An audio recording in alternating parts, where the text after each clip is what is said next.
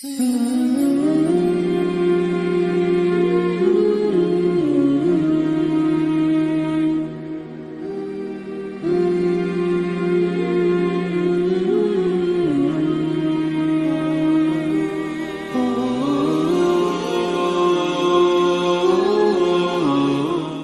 باللہ من الشیطان الرجیم، بسم اللہ الرحمن الرحیم۔ ناظرین السلام علیکم،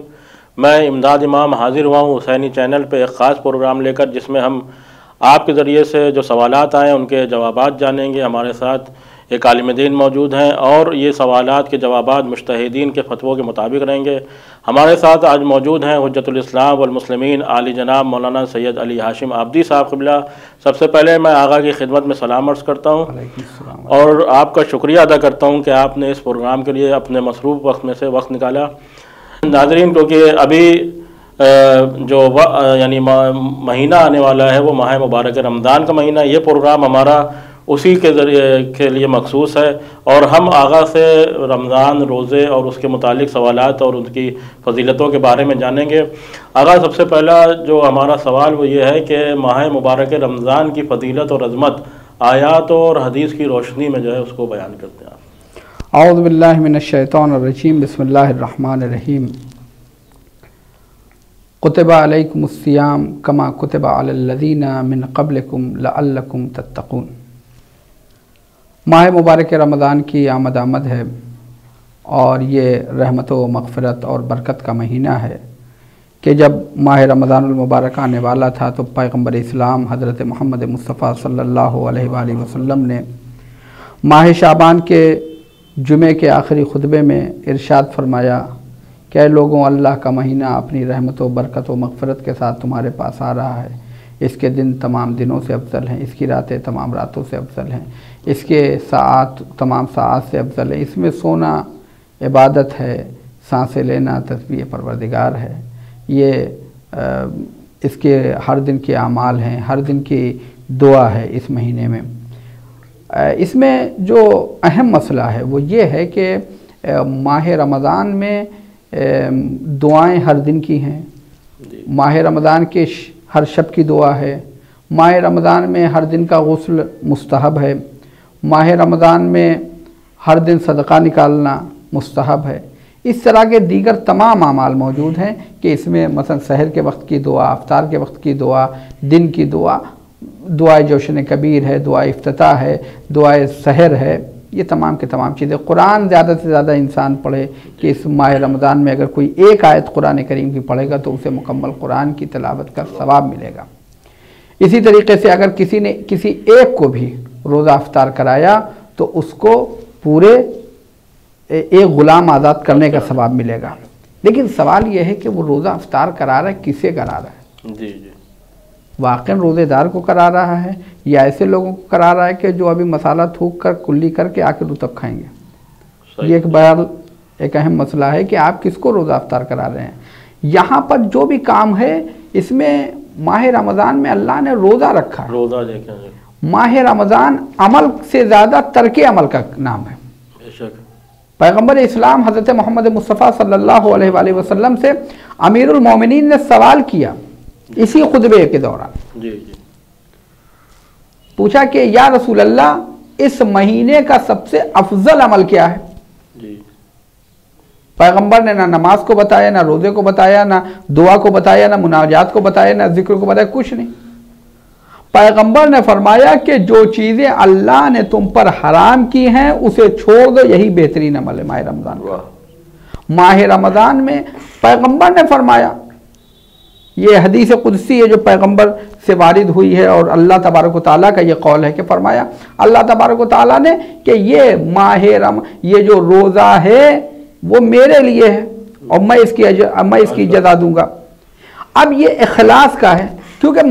کوئی بھی عبادت ہو یہ اخلاص کی دعوت دیتا ہے ماہ رمضان، اور یہ روزہ اخلاص کی دعوت دیتا ہے۔ مثلا نماز ہے، نماز عبادت ہے، لیکن نماز ایک مختصر عبادت ہے۔ حج 2-3 دن کی عبادت ہے، لیکن حج میں بھی ہر آدمی کر نہیں سکتا ہے، وہ اتنا مقدر نہیں ہے۔ حج میں ریاکاری کا پہلو پایا جا سکتا ہے، انسان مکے پہنچا، طواف بعد میں کر رہا، پہلے سیلفی ڈال کے فیس بک پہ ڈال رہا ہے کہ میں کب مکے پہنچ گیا ہوں، تاکہ لوگ التماس دعا لکھیں یا کہیں سبحان اللہ ماشاء اللہ۔ اللہ تبارک و تعالیٰ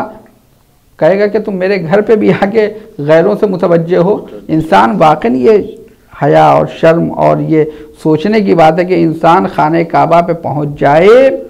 اور خانہ کعبہ میں اللہ کی جانب متوجہ ہونے کے بجائے وہ سیلفی لے کے فیس بک پہ اور وہ سوشل میڈیا پہ ڈال رہا ہے کہ لوگ سبحان اللہ ماشاء اللہ التماس دعا تقبل اللہ اجرکم مقبول سعیکم مشکور لکھ کے، یا اسی طریقے سے انسان کربلا پہنچا سرکار سید الشہداء کہ جہاں پر انبیاء و ملائکہ آ کے سلام کرتے ہیں، فرشتوں کی آمد و رفت کا سلسلہ ہے، وہاں انسان روزے کو چھوڑ کے پہلے سیلفی لے کے فیس بک پہ ڈال رہا ہے کہ ہم کربلا پہنچ گئے۔ یہ واقعی یہ شرم کی بات نہیں ہے؟ ظاہر بات ہے کہ ہم اگر اس بارگاہ میں جا رہے ہیں تو صرف ہمارے اور اللہ کے درمیان کا راستہ۔ اب ماہر یہ روزہ جو ہے وہ کیسی عبادت ہے؟ یہ ایک طولانی عبادت ہے، صبح کی اذان سے پہلے سے شروع ہوتی ہے اور مغرب کی اذان تک، صبح کی اذان سے مغرب کی اذان تک۔ اب اس میں مثلا نماز میں ریاکاری کے چانس ہو سکتے ہیں دوسری عبادت میں، لیکن یہ جو روزہ ہے اس میں ریاکاری کے چانس بہت کم ہوتے ہیں کیونکہ ایک طولانی عبادت ہے۔ لہذا یہ روزہ جو ہے اخلاص پیدا کرتا ہے انسان کے اندر، اسی لیے خداوند عالم نے کہا کہ کتب علیکم الصیام کما کتب علی الذین من قبلکم، تمہارے اوپر روزے کو لکھ دیا گیا جیسے تم سے گزشتہ قوموں پہ لکھا گیا، لعلکم تتقون، تاکہ تم با تقوی ہو جاؤ۔ بہرحال یہ ماہ مبارک رمضان کی ہے، اس میں انسان کو اور ہم سب کو چاہیے کہ اللہ کی عبادت کریں، اللہ کی جانب متوجہ رہیں، جو بھی کام کریں وہ اللہ کے لیے کریں۔ ظاہر سی بات ہے کیونکہ روزہ اتنے طولانی، آدمی تنہائی میں بھی ہے، وہ چاہے تو کھا بھی سکتا ہے پی بھی سکتا ہے، لیکن اللہ کے خاطر وہ پورے دن اپنے تمام چیزوں پر کنٹرول کرتا ہے، تو ظاہر سی بات ہے کہ وہ روزہ کا مطلب یہ جو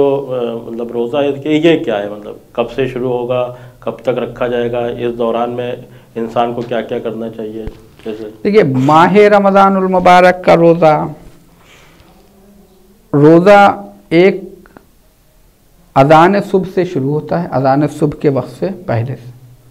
یعنی ادھر فجر صادق اس وقت انسان کو کوئی چیز کھانا پینا اس سے پہلے سے چھوڑ دے، اور ادھر اذان کا وقت ختم ہو گیا اس کا روزہ، یعنی اذان مغرب کا وقت شروع ہوا اس کا افطار کا وقت ہو گیا۔ لیکن مستحب و بہتر یہ ہے کہ انسان پہلے نماز پڑھے پھر روزہ افطار کرے، جیسا کہ حدیث میں ہے امام رضا علیہ السلام کی۔ اس میں کھانا پینا اور وہ تمام کے تمام چیزیں جس سے انسان کو بچنا ہے، وہ 8 چیزیں موجود ہیں کہ جن سے انسان کو پرہیز کرنا چاہیے، ان چیزوں سے پرہیز کرے کہ جن سے روزہ باطل ہو جاتا ہے، جیسے کھانا پینا ہے، اور اسی کے ساتھ ساتھ اللہ رسول یا اہل بیت علیہ السلام کی جانب کوئی جھوٹی نسبت دے رہا ہے، کوئی چیز حلق میں جا رہی ہے، غبار کو حلق میں لینا، انیما لینا، اسی طریقے سے ہم بستری وغیرہ ہے، ان تمام چیزوں سے، یا انسان کوئی ایسا عمل انجام دے رہا ہے یا سفر کر رہا ہے، ظہر سے پہلے کہیں جا رہا ہے، سفر کر رہا ہے اس سے زیادہ، تو اس سے روزہ انسان کا باطل ہو جائے گا۔ یا اور بھی بہت ساری چیزیں، یہ جو 8-9 چیزیں ہیں جو شریعت نے بتائی ہے، اس سے روزہ باطل ہوتا ہے۔ روزے دار 3 طرح کے ہوتے ہیں، ایک روزے دار وہ ہوتے ہیں عام روزے دار جو ان 8 یا 9 چیزوں سے پرہیز کرتے ہیں، دوسرے روزے دار وہ ہوتے ہیں جو ان 8 اور 9 چیزوں کے ساتھ ساتھ وہ یہ دیکھتے ہیں، وہ ڈرتے ہیں کہ اللہ ہمیں جہنم سے بچا لے اور جنت میں پہنچا دے، یہ دوسری اس سے بہتر کوالٹی کے۔ لیکن جو سب سے افضل روزے والے ہوتے ہیں ان کا مقصد یہ ہوتا ہے کہ پروردگار میں تیرا قرب چاہتا ہوں،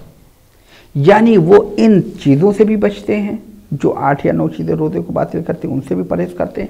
اسی کے ساتھ ساتھ وہ جنت کی شوق یا جہنم کی لالچ میں نہیں، جنت کے شوق یا جہنم کے خوف میں نہیں، بلکہ وہ اللہ کا قرب حاصل کرنا، اللہ کا تقرب چاہتے ہیں، قربتاً اللہ روزہ رکھتے ہیں کہ پروردگار تو ہم سے راضی ہو جائے، تو مجھ سے خوشنود ہو جائے،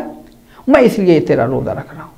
تو لہذا یہ جو چیز ہے یہ افضل منزل ہے روزے کی کہ روزہ انسان کس لیے رکھ رہا ہے، اور پھر اس کے بعد اس کی جزا بھی ویسی ہوتی ہے، جیسا انسان عمل کرتا ہے اس کی جزا بھی ویسی ہوتی ہے۔ روزے کی جیسے کوئی مطلب آیات یا حدیث میں کوئی ایسی چیز بتائی کہ اس کی جزا دے گا اللہ، یعنی جیسے بہت سے اعمال ہوتے ہیں، انسان یہ کرے گا تو یہ جزا ملے گی، یہ کرے گا تو یہ جزا، تو کیا روزے کی بھی کوئی ایسی جزا یعنی معین کی گئی ہے کہ اگر کوئی انسان روزہ رکھتا ہے تو اس کو یہ جزا دی جائے گی؟ دیکھیے ابھی میں نے آپ کے سامنے حدیث قدسی بیان کی کہ اللہ تبارک و تعالیٰ ارشاد فرما رہا ہے کہ روزہ میرے لیے ہے اور میں ہی اس کی جزا دوں گا۔ تو اب یہ اللہ تبارک و تعالیٰ جب کہتا کہ میں ہی دوں گا تو اب وہ کیا کچھ دے دے اس سے کوئی وہ نہیں۔ اگرچہ دوسری چیزیں یہ ہیں کہ روزے کی جو جزا ہے جہنم کی آگ سے بچنا، جی جی، جنت میں چلا جانا، پھر روزے کے نہ صرف یہ کہ آخرت کی جزا ہے بلکہ دنیا کی بھی جزا ہے روزے کی کہ لعلکم تتقون، تمہارے اندر تقوی پیدا ہو جائے گا، یعنی تمہیں آخرت کی بھی سعادت نصیب ہوگی، دنیا کی بھی سعادت نصیب ہو جائے گی۔ تو لہذا روزہ ایسی عبادت، روزہ رکن دین ہے، دین کے ارکان میں سے، لہذا اس کے لیے یعنی اب یہ جو آپ نے کہا کہ اللہ نے خود کہا کہ ہم اس کی جزا دیں گے، تو یہ بھی ہے کہ یہ روزے دار کے لیے ایک رحمت اور اس کے لیے خوشخبری ہے کہ ہم دنیاوی اگر چیز دیکھتے ہیں، ہم کسی سے کوئی تقاضا کرتے ہیں کہ اس کے بدلے میں ہمیں کیا ملے گا، کوئی بڑا آدمی دنیا کا اگر ہمیں کہہ دے کہ ہم دے دیں گے تمہیں، تو ہم خوش ہو جاتے ہیں کہ ہاں دیکھو یہ کہہ رہے ہیں تو کچھ نہ کچھ بڑا، نہ کہ وہ رب العزت اگر یہ کہے کہ ہم اس کی جزا دیں گے تو یقیناً جو ہے وہ اللہ جو ہے اس روزے کے بدلے میں ہمیں عظیم جو ہے جزا دے گا۔ جو لوگ روزہ نہیں رکھتے ہیں، یعنی رکھ سکتے ہیں لیکن روزہ نہیں رکھتے ہیں، تو ان کے کیا نقصانات ہیں؟ دیکھیے روزہ جو لوگ نہیں رکھ رہے ہیں، جان بوجھ کر روزہ نہیں رکھ رہے ہیں، تو بہرحال وہ ان کے اوپر کفارہ واجب ہے، اور وہ کفارہ ایک غلام آزاد کرنا یا 60 مسکینوں کو کھانا 60 دن لگاتار روزہ رکھنا، 60 مسکینوں کو کھانا کھلانا، یہ روزے کا جو کفارہ ہے اس کے ساتھ ساتھ قضا بھی ہے۔ لیکن اس کا جو نقصان ہوتا ہے جی کہ اگر کوئی روزہ نہیں رکھتا تو روایت میں یہ ہے کہ جو جان بوجھ کر عمدن روزہ نہیں رکھے گا روح ایمان اس سے سلب ہو جائے گی، تو اور سارا دین کا دار و مدار سب کچھ ایمان کے اوپر ہے۔ اگر ایمان ہی انسان کے پاس نہیں ہوگا تو پھر اب وہ کچھ بھی کر ڈالے اس کا کوئی فائدہ نہیں ہے، اور لہذا ایمان جب نہیں ہوگا تو وہ مومن نہیں ہوگا، اور جب مومن نہیں ہوگا تو علی اس کے امیر نہیں ہوں گے، کیونکہ علی مومنین کے امیر ہیں۔ لہذا علی کو اپنا امیر بنانا ہے تو پہلے مومن بننا پڑے گا، بے شک، اور علی کو جب مومن بنیں گے، علی جب امیر بنیں گے اسی وقت بنیں گے جب انسان مومن ہو، اور اگر کوئی روزہ عمدن نہیں چھوڑ رہا ہے تو روح ایمان اس سے خارج ہو رہی ہے۔ اچھا، بہت سے افراد ہیں جیسے روزہ نہیں رکھیں لیکن وہ عموماً جو ہے وہ اس یعنی ایک روزے دار کی بے حرمتی بھی کرتے ہیں، اس کے سلسلے میں کچھ اگر